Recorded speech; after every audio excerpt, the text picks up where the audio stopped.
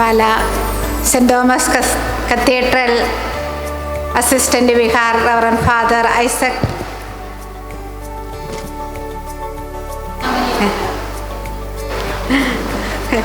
പെരിങ്ങാമലയിൽ, Pala social work institute ഡയറക്ടറും ഞങ്ങളുടെ social work കൗൺസിലറുമായ റവറൻ സിസ്റ്റർ മെർലിൻ തെക്കൻ, ഞങ്ങളുടെ വാർഡ് പ്രതിനിധികളായ ശ്രീമതി ആനി ബിജോയും ശ്രീമതി ലിസിക്കുട്ടി മാത്യു, ഞങ്ങളുടെ പേരൻറ് പ്രതിനിധിയായ Shrimati Sonia Joseph, school principal sister Rincy Varavunkal, പ്രിയപ്പെട്ട സിസ്റ്റേഴ്സ്, സ്നേഹമുള്ള മാതാപിതാക്കളെ, വാത്സല്യമുള്ള കുഞ്ഞുങ്ങളെ, ഈ മധ്യാഹ്നം നമ്മെ സംബന്ധിച്ചിടത്തോളം വളരെ സന്തോഷമാണ്, ആനന്ദമാണ്. എല്ലാവരുടെയും മനസ്സിൽ ഒരു ഉത്സവത്തിൻ്റെ പ്രതീതിയാണ്. കാരണം ഈ കുട്ടികളുടെ കലാപരിപാടികൾ വളരെ മനോഹരമാണ്. പിഞ്ച് ബാല്യം അത് നമുക്ക് നൽകുന്ന വലിയൊരു സന്ദേശമുണ്ട്. SH ഇംഗ്ലീഷ് മീഡിയം നഴ്സറി സ്കൂളിനെ സംബന്ധിച്ചിടത്തോളം ഇത് വലിയൊരു ചരിത്ര മുഹൂർത്തം കൂടിയാണ്. ഈ ഇൻസ്റ്റിറ്റ്യൂഷൻ്റെ റൂബി ജൂബിലി ആഘോഷിക്കുന്ന സുദിനം. ഇപ്പോൾ ഇവിടെ നിന്നും പഠിച്ചു പോയ കുഞ്ഞുങ്ങൾ ഇന്ന് എത്രയോ വലിയവരായി വിവിധ മേഖലകളിൽ മനോഹരമായ സ്തുത്യർഹമായ ശുശ്രൂഷ ചെയ്യുന്നവരാണ്. ഇതെല്ലാം ഞങ്ങൾ ഇന്ന് നന്ദിയോടെ ഇവിടെ അനുസ്മരിക്കുകയാണ്. എനിക്കറിയാം ഇവിടെ വലിയൊരു പ്രസംഗത്തിൻ്റെ പ്രസക്തിയില്ല. കാരണം എല്ലാവരും കുഞ്ഞുങ്ങളുടെ കലാപരിപാടികൾ കാണുവാനായിട്ട് ഏറെ ആകാംക്ഷയോടെ കാത്തിരിക്കുകയാണ്. എല്ലായിടത്തും ഒരു ഉത്സവ പ്രതീതി മനോഹരമായിട്ട് ഇവിടെ എല്ലാം അലങ്കരിച്ചിട്ടുണ്ട്. കൊച്ചു കുഞ്ഞുങ്ങളാണെങ്കിൽ അവർ പഠിച്ച ആ കലാവിരുന്ന് കലാപരിപാടികളൊക്കെ തങ്ങളുടെ മാതാപിതാക്കളെയും അതുപോലെ തങ്ങളോടൊപ്പമായിരിക്കുന്ന എല്ലാവരെയും കാണിക്കുവാനുള്ള വലിയ ഉത്സാഹത്തിൽ മാതാപിതാക്കളാണെങ്കിൽ ഇത് കണ്ട് സന്തോഷിക്കുവാനുള്ള വലിയ ഒരു ആകാംക്ഷയിലൊക്കെ ആയിരിക്കുന്ന അവസരമാണ്. എങ്കിലും ഞാൻ മാതാപിതാക്കളോടായിട്ട് അല്പം കാര്യം 2-3 വാക്കുകൾ പറയുകയാണ്.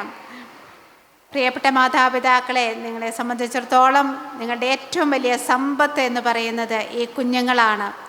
ഇവരിവിടെ നഴ്സറിയിൽ തൊട്ട് ഇവിടെ പഠിക്കുമ്പോൾ അവരുടെ ബാല്യകാലം ഏറ്റവും മനോഹരമായിട്ട് അവർക്കായിരിക്കുവാനായിട്ട് ഏറ്റവും പ്രഥമമായിട്ട് നിങ്ങൾ ശ്രദ്ധിക്കേണ്ടത് നിങ്ങളുടെ വീടാണ്.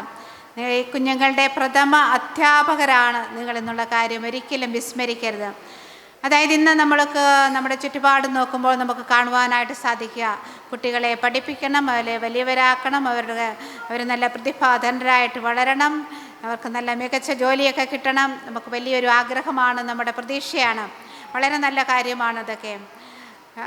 എന്നാൽ അതോടൊപ്പം തന്നെ ഇവരുടെ ആ വൈകാരിക പക്വത, അവരെ ദൈവവിശ്വാസത്തിലും മൂല്യബോധത്തിലും വളർത്തുക വളരെ പ്രധാനപ്പെട്ട കാര്യമാണ്. ഇത് നമ്മൾ ആരംഭിക്കേണ്ടത് നമ്മുടെ കുടുംബത്തിൽ തന്നെയാണ്, നമ്മുടെ മാതാപിതാക്കൾ തന്നെയാണ് ഇവിടെ ആരംഭിക്കേണ്ടത്. പിതാക്കളായിട്ട് ഇവിടെ വളരെ ചുരുക്കം ചിലരെ മാത്രമേ കാണുന്നുള്ളൂ. അമ്മമാരാണ് കുഞ്ഞുങ്ങളുടെ കാര്യത്തിൽ കൂടുതലായിട്ട് ശ്രദ്ധിക്കുകയും. അപ്പം നിങ്ങളോട് പറയാനുള്ള ഏറ്റവും പ്രധാനപ്പെട്ട ഒരു കാര്യം ഇതാണ്, കുഞ്ഞുങ്ങളുടെ കാര്യത്തിൽ അവരെ മൂല്യബോധമുള്ളവരായി വളർത്തുന്നതിൽ നമ്മൾ ഏറ്റവും കൂടുതലായിട്ട് ഇന്ന് ശ്രദ്ധിക്കേണ്ടിയിരിക്കുന്നു. ഫ്രാൻസിസ് മാർപ്പാപ്പ ഒരിക്കൽ മാതാപിതാക്കളോട് സംസാരിച്ചപ്പോൾ പറയുന്നത് ഇപ്രകാരമാണ്: പ്രിയപ്പെട്ട മാതാപിതാക്കളെ, നിങ്ങൾ കുഞ്ഞുങ്ങളോടൊപ്പമായിരിക്കണം, അവരോടൊത്ത് സമയം ചെലവഴിക്കണം, അവരോടൊത്ത് ഭക്ഷണം കഴിക്കണം, അവരോടൊത്ത് പ്രാർത്ഥിക്കണം, അവർ സംസാരിക്കുന്നത് നിങ്ങൾ കേൾക്കണം, അവർ പറയാനുള്ളത് നിങ്ങൾ ശ്രദ്ധിക്കണം, അവരുടെ ദുഃഖങ്ങൾ, അവരുടെ വേദനകൾ, അവരുടെ സന്തോഷങ്ങൾ ഇതെല്ലാം നിങ്ങൾ ശ്രവിക്കണം. അതായത് വളരെ തിരക്കുള്ളവരായിരിക്കും നമ്മളൊക്കെ, എന്നാലും ഈ കുഞ്ഞുങ്ങളോടൊപ്പമായിരിക്കുന്നതിൽ നിങ്ങൾ വലിയ സന്തോഷം കണ്ടെത്തണം. അത് നമുക്കറിയാം, ഇന്നത്തെ ലോകത്തിൽ എപ്പോഴും IQ-നാണ് കൂടുതൽ പ്രാധാന്യം കൊടുക്കുക. എന്നാൽ അതോടൊപ്പം തന്നെ അതായത് EQ, അതായത് ഇൻ്റലിജൻറ്റ് കോൺഷ്യസ്, നമുക്കറിയാം IQ, അതായത് നമ്മുടെ ബൗദ്ധികമായ വളർച്ച, അതോടൊപ്പം തന്നെ EQ അല്ലെങ്കിൽ ഇമോഷണൽ മച്യൂരിറ്റി വളരെ പ്രധാനപ്പെട്ടതാണ്. അത് നമ്മൾ വളർത്തിയെടുക്കേണ്ടത് ചെറുപ്പകാലത്തിൽ തന്നെയാണ്. അപ്പോൾ ഇവരുടെ ബാല്യം അത് വളരെ നിഷ്കളങ്കമാണ്. നമ്മൾ എന്ത് പറഞ്ഞാലും സ്വീകരിക്കുന്നത്, എന്ത് പറഞ്ഞാലും അവർ ശ്രവിക്കും. നമ്മളെക്കാളൊക്കെ ഏറെ മിടുക്കരാണ് ഈ കുഞ്ഞുങ്ങൾ. ഒരു കാര്യം പറഞ്ഞാൽ അപ്പോൾ തന്നെ അവർ മനസ്സിലാക്കാനായിട്ട്, നമുക്കറിയാം ഒരു മൊബൈൽ ഫോൺ അവരുടെ കയ്യിൽ കൊടുത്താൽ കുഞ്ഞുങ്ങളൊക്കെ അത് വളരെ നന്നായിട്ട് കൈകാര്യം ചെയ്യാനുള്ള കഴിവുണ്ട്. അതുകൊണ്ട് തന്നെ നമ്മൾ ശ്രദ്ധിക്കേണ്ട ഒരു കാര്യമുണ്ട്. കുഞ്ഞുങ്ങളെ നമ്മുടെ സമയം സേവ് ചെയ്യാനായിട്ട്, അല്ലെങ്കിൽ നമ്മൾക്ക് വർക്ക് ചെയ്യാനായിട്ട് കുഞ്ഞുങ്ങളെ മൊബൈൽ ഫോൺ കൊടുത്തിട്ട് അവരുടേതായിട്ട് ലോകത്തേക്ക് നമ്മൾ ഒരിക്കലും പറഞ്ഞു വിടരുത്. എപ്പോഴും നമ്മൾ അവരോടുകൂടി ആയിരിക്കണം. അവർ പറയുന്നത് കേൾക്കുവാനും. ഇപ്പോൾ അവർ സ്കൂളിൽ നിന്നും വന്നാൽ, നഴ്സറിയിൽ നിന്നും വന്നാൽ അവർക്ക് ഒത്തിരിയേറെ കാര്യങ്ങൾ പറയാനായിട്ട് കാണും. ഇവിടുത്തെ ടീച്ചേഴ്സിൻ്റെ കാര്യം, അതുപോലെ തന്നെ തങ്ങളോടൊപ്പമായിരിക്കുന്ന കൂട്ടുകാരുടെ കാര്യം, അതൊക്കെ നമ്മൾ ശ്രവിക്കണം. അതിൽ അവരോട് നമ്മൾ ഒപ്പമായിരിക്കാനായിട്ട് നമ്മൾ സഹകരിക്കുക. അതുപോലെ തന്നെ നമ്മുടെ കുടുംബ പ്രാർത്ഥന, കുഞ്ഞുങ്ങളോടൊപ്പമായിരിക്കുന്ന പ്രാർത്ഥന, അതുപോലെ അവരെ മൂല്യബോധത്തിൽ വളർത്തുക, ഇതെല്ലാം നമുക്ക് ചെയ്യാനായിട്ട് സാധിക്കുന്ന വലിയൊരു കാര്യമാണ്. ഞാനൊരു ചെറിയ അനുഭവ സാക്ഷ്യം കൂടി പങ്കുവെച്ചുകൊണ്ട് ഇവിടെ അവസാനിപ്പിക്കുകയാണ്. നിങ്ങൾക്കറിയാം, നമ്മുടെ ഈ കൊച്ചു ബാല്യത്തിലാണ് കുഞ്ഞുങ്ങളെ നല്ല ശീലങ്ങൾ പങ്കുവയ്ക്കുക. ഈ അടുത്ത നാളിൽ നമ്മുടെ ബാംഗ്ലൂർ ധർമാരാം കോളേജിൽ സ്പിരിച്വൽ ഫാദറായിരിക്കുന്ന ഫാദർ പീറ്റർ കൊച്ചാലിങ്കൽ, ഒരു പക്ഷേ നിങ്ങളൊക്കെ കേട്ടിട്ട് കാണും. നല്ലൊരു വാഗ്മിയും അതുപോലെ നല്ലൊരു എഴുത്തുകാരനുമാണ് അദ്ദേഹം പറഞ്ഞു വെച്ചൊരു കാര്യമുണ്ട്. ഞാൻ എൻ്റെ മാതാപിതാക്കളിൽ നിന്നും പഠിച്ച വലിയൊരു കാര്യമുണ്ട്. അതായത് ഞാൻ 4ാം ക്ലാസ്സിൽ പഠിക്കുന്ന സമയമാണ്. അന്ന് ചെരുപ്പുള്ളവരൊക്കെ വളരെ ചുരുക്കമാണ്. അപ്പോൾ എൻ്റെ ക്ലാസ്സിലൊരു 55 കുട്ടികളുള്ളതിൽ 47 പേരും ചെരുപ്പില്ലാത്തവരാണ്. അപ്പം ഞാൻ ഒരു ദിവസം ചെരുപ്പിടാനുള്ള വലിയ ആഗ്രഹം കൊണ്ട് ഞാൻ എൻ്റെ അപ്പച്ചനോട് പറഞ്ഞു, എനിക്ക് ഒരു ജോഡി ചെരുപ്പ് വാങ്ങിച്ചു തരാമോ എന്ന്. അപ്പോൾ എൻ്റെ അപ്പച്ചൻ എന്നോട് ചോദിച്ചൊരു ചോദ്യമുണ്ടായിരുന്നു, നിൻ്റെ ക്ലാസ്സിൽ എത്ര കുട്ടികളുണ്ട്? 55 കുട്ടികളുണ്ട്. അതിലെത്ര പേർക്കുണ്ട് ചെരുപ്പ്? അന്നേരം പറഞ്ഞു, അതിൽ 6-7 പേർക്ക് മാത്രമേ ചെരുപ്പുള്ളൂ. അന്നേരം അപ്പച്ചൻ പറഞ്ഞ മറുപടി ഇതായിരുന്നു, ഇത്രയും കുട്ടികൾ, ഏതാണ്ട് 47 കുഞ്ഞുങ്ങൾ ചെരുപ്പില്ലാതെ വരുന്നു എങ്കിൽ നിനക്കും ഇപ്പോൾ ഇത് അത്യാവശ്യമില്ല എന്ന്. അപ്പോൾ വളരെ വിഷമത്തോടെയാണെങ്കിലും അദ്ദേഹം അത് സ്വീകരിച്ചു. അതിനുശേഷം വീണ്ടും ഒരു 3 വർഷങ്ങൾക്ക് ശേഷം ഒരു ദിവസം ഈ അപ്പച്ചൻ തന്നെ ഇവനെ വിളിച്ചുകൊണ്ട് കടയിലേക്ക് പോയി. ഒരു ദിവസം സ്കൂൾ വിട്ട് വന്നതിന് ശേഷം കടയിലേക്ക് പോയിട്ട് പറഞ്ഞു, നിനക്ക് 2 ജോഡി ചെരുപ്പ് ഇപ്പോൾ സെലക്ട് ചെയ്യാം, 2 ജോഡി ചെരുപ്പ്. അപ്പോൾ വളരെ സന്തോഷമായി, കാരണം ഒരു ജോഡി ആവശ്യപ്പെട്ടെങ്കിൽ 2 ജോഡി കിട്ടി. 2 ജോഡി ചെരുപ്പെടുത്തു. അതുകൊണ്ട് തിരിച്ച് വീട്ടിൽ വന്നു കഴിഞ്ഞപ്പോൾ അപ്പച്ചൻ പറഞ്ഞു, ഒരു ജോഡി നിനക്ക് ഇഷ്ടമുള്ളൊരു ജോഡി എടുത്തു കൊള്ളുക. ഒരു ജോഡി എടുത്തു. അപ്പോൾ ഇത് ഒരു ജോഡി പിന്നെ എന്തിനാണ്? അത് നിൻ്റെ ചെരുപ്പില്ലാത്ത നിൻ്റെ ഒരു കൂട്ടുകാരൻ, നീ അത് നാളെ കൊണ്ടുപോയി കൊടുക്കുക. അപ്പോൾ അവന് അല്പം വിഷമമായി, എന്നാലും കൊടുത്തു. ഇന്ന് അദ്ദേഹം പങ്കുവയ്ക്കുന്ന ഒരു കാര്യം ഇതാണ്, അന്നാണ് ഞാൻ ഈ പങ്കുവയ്ക്കുന്ന മനോഭാവം എൻ്റെ ജീവിതത്തിൽ പഠിച്ചതും. ഇല്ലായ്മയുടെ വേദന അതെപ്രകാരമാണ് നമ്മൾ കൈകാര്യം ചെയ്യേണ്ടത്. മറ്റുള്ളവർക്ക് ഇല്ലാത്ത ഒന്ന് എനിക്കും വേണ്ട എന്ന് വയ്ക്കുവാനും എനിക്കുള്ളത് മറ്റുള്ളവർക്ക് പങ്കുവയ്ക്കുവാനുമുള്ള ഒരു പാഠം ഞാൻ പഠിച്ചത് എൻ്റെ മാതാപിതാക്കളിൽ നിന്നാണ്, പ്രത്യേകിച്ച് എൻ്റെ അപ്പച്ചനിൽ നിന്നുമാണെന്ന്. അതുപോലെ നമുക്ക് മാതാപിതാക്കൾക്ക് കുഞ്ഞുങ്ങൾക്ക് പകർന്നു കൊടുക്കുവാനുള്ള ഒത്തിരിയേറെ കാര്യങ്ങളുണ്ട്. ഇതൊരു ഉദാഹരണം മാത്രമാണ്. അപ്പം അങ്ങനെയുള്ള കാര്യങ്ങളൊക്കെ നമ്മൾക്ക് കുഞ്ഞുങ്ങൾക്ക് പകർന്നു കൊടുക്കുക, കുഞ്ഞുങ്ങളെ നല്ലവരായി വളർത്തുക, ഈ കുഞ്ഞുങ്ങളുടെ ബാല്യം ഏറ്റവും മനോഹരമാക്കി തീർക്കുക, അവരെ ഈ ബാല്യകാലം നന്നായിട്ട് എൻജോയ് ചെയ്യുവാനായിട്ട്, നന്നായിട്ട് ആസ്വദിച്ച് വളരുവാനായിട്ട്, കുഞ്ഞുങ്ങളെ നല്ല മിടുക്കരായിട്ട് വളരുവാനായിട്ടുള്ള അവസരം നമ്മുടെ കുടുംബത്തിൽ തന്നെ ഉണ്ടാക്കി കൊടുക്കുക. അതാണ് പിന്നീട് നമ്മൾ സ്കൂളിലേക്ക് വരുമ്പോൾ, നമ്മുടെ നഴ്സറി ക്ലാസ് മുതൽ ഇതാണ് നമ്മൾ വളർത്തിക്കൊണ്ടുവരിക. ഇവിടെ വരുമ്പോൾ കുഞ്ഞുങ്ങൾ ഒത്തിരിയേറെ കാര്യങ്ങൾ പഠിക്കുന്നുണ്ട്.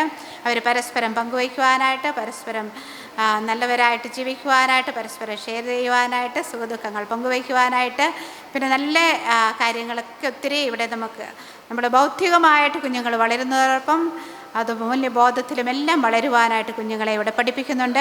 അപ്പോൾ ഇതിനായിട്ട് ഈ കുഞ്ഞുങ്ങളെ എത്ര മനോഹരമായിട്ട് ഇവിടെ പരിശീലനം നൽകുക. നമ്മൾ കുറച്ച് പ്രോഗ്രാമൊക്കെ ഇവിടെ കണ്ടു കഴിഞ്ഞു. ഇവരുടെ ഡാൻസ് പാട്ടൊക്കെ മനോഹരമായിട്ടുള്ള ഇവരുടെ പരിപാടികൾ കണ്ടു കഴിഞ്ഞു. ഇനിയും വേറെ വരാനിരിക്കുന്നു. ഇതിനെ ഇത്ര മനോഹരമായിട്ട് ഇതിന് പരിശീലനം നൽകുന്ന nursery school principal sister Rincy വറവങ്കലിനെയും ഒപ്പമായിരിക്കുന്ന സിസ്റ്റേഴ്സ് ഓരോരുത്തരെയും, അതുപോലെ തന്നെ ഇവിടെ കൂടെ ആയിരിക്കുന്ന അധ്യാപകർ ഓരോരുത്തരെയും ഞാൻ പ്രത്യേകമായിട്ട് അഭിനന്ദിക്കുകയാണ്. അതുപോലെ ഇവർക്ക് ഉള്ള എല്ലാ നന്മകളും ആശംസകളും നേരുന്നു. അതുപോലെ ഇവിടെ പഠിക്കുന്ന ടീച്ചേഴ്സ് ട്രെയിനിങ് ഇൻസ്റ്റിറ്റ്യൂട്ടും കൂടിയാണ്. ഇവിടെ പഠിക്കുന്നവരുണ്ട്. അവരുടെ ഈ രംഗത്ത് നന്നായിട്ട് ഒരുങ്ങി പോകുവാനായിട്ട് നല്ല സുദീർഘമായിട്ടുള്ള അല്ലെങ്കിൽ കുഞ്ഞുങ്ങളെ എപ്രകാരം പഠിപ്പിക്കണമെന്ന് ഇവിടെ നിന്ന് അവർ പരിശീലിക്കുന്നു. 2 വർഷത്തെ കോഴ്സാണിത്, ടീച്ചേഴ്സ് ട്രെയിനിങ്. സിസ്റ്റേഴ്സ് അപ്പോൾ തന്നെ കുട്ടികൾ ഇവിടെ പഠിക്കുന്നവരുണ്ട്. അവർക്ക് പരിശീലനം നൽകുന്ന സിസ്റ്റർ ലിസാറ്റം, സ്റ്റാനി ഗ്രേസ് ഇവരൊക്കെ ഇവിടെയുണ്ട്. അപ്പോൾ ഇവരെയും ഏറെ പ്രത്യേകമായിട്ട് നന്ദിയോടെ ഓർക്കുന്നു, പ്രത്യേകം അഭിനന്ദനങ്ങൾ അർപ്പിക്കുന്നു. ഒരിക്കൽ കൂടി നിങ്ങൾക്ക് എല്ലാവിധ നന്മകളും നേർന്നുകൊണ്ട് പ്രിയപ്പെട്ട മാതാപിതാക്കളെ നിങ്ങളേറെ നന്ദിയോടെ ഓർക്കുന്നു. അപ്പോൾ അങ്ങനെ നമ്മുടെ ഇവിടെ വാർഡ് പ്രതിനിധികൾ ആയിട്ടുള്ള നമ്മുടെ പ്രിയപ്പെട്ട ലിസിക്കുട്ടി മാത്യുവിനെയും സ്റ്റാനി ബിജോയെയും ഞങ്ങൾ നന്ദിയോടെ ഓർക്കുന്നു. ഈ നഴ്സറി സ്കൂളിൻ്റെ ഏതാവശ്യങ്ങളിലും ഇവരെപ്പോഴും നമ്മുടെ അതുപോലെ തന്നെ കോൺവെൻ്റ് ആവശ്യങ്ങളിലൊക്കെ എപ്പോഴും സംലഭ്യരാണ്. അപ്പോൾ നമ്മുടെ ബഹുമാനപ്പെട്ട ഐസക് അച്ഛന് ഇവിടെ വന്നിട്ട് ഒരാഴ്ച കഴിഞ്ഞതേ ഉള്ളൂ. എങ്കിലും അച്ഛൻ വളരെ മിടുക്കനാണ്, അതുപോലെ വളരെ നല്ലൊരു വൈദികനാണ്. അവസരം കൊണ്ട് നമ്മൾക്ക് മനസ്സിലായി കഴിഞ്ഞു. അച്ഛൻ മനോഹരമായൊരു സന്ദേശം നിങ്ങൾക്കിവിടെ നൽകും.